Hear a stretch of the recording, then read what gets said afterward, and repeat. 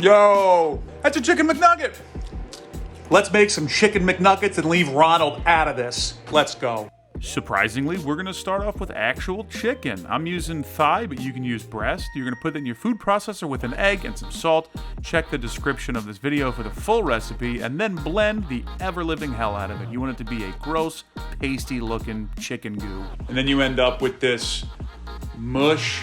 You know what it looks like? It kind of looks like tuna, like sushi tuna, but don't eat this. Then we're gonna try to make a shape. Well, I'm gonna put it in to the potato starch just to kind of give it a little coating, and then look at that. That's a little bit easier to maneuver. And I'm gonna call this shape Ohio. I'm not gonna be able to get the shapes. Then we want to get those onto some parchment paper on a tray and make some shapes. I don't know, have fun. I got a couple circles. Looks like an orange slice. I don't know, maybe a donut. Ooh, I think I went for a bow tie pasta on this one. I got a square, obviously, and then I think that's watermelon. I don't know. Now, while those are freezing, we're going to get the batter going. We're going to put some water with an egg, mustard. You can use regular yellow. I chose spicy.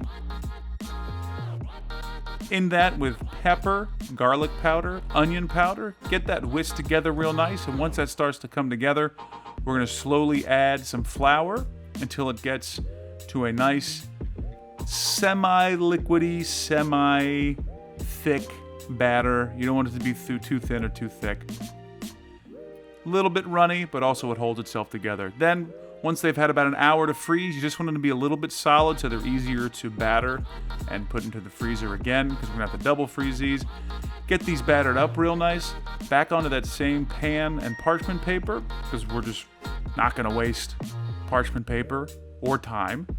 Get these back in the freezer for about an hour. Once they've had a chance to freeze, they're gonna be nice and solid like this. This is gonna make them so much easier, and they're gonna stick together in the fryer. 350-degree oil. I'm using peanut. Feel free to use your favorite oil, and fry these up. You want about 6 minutes or until they're golden brown, or you can double fry about 3 to 4 minutes each time. Either way, once you take them out, get them onto a wire rack so they cool all the way around and get nice and crispy. And now we've got goofy-looking chicken McNuggets. That's a homemade chicken McNugget.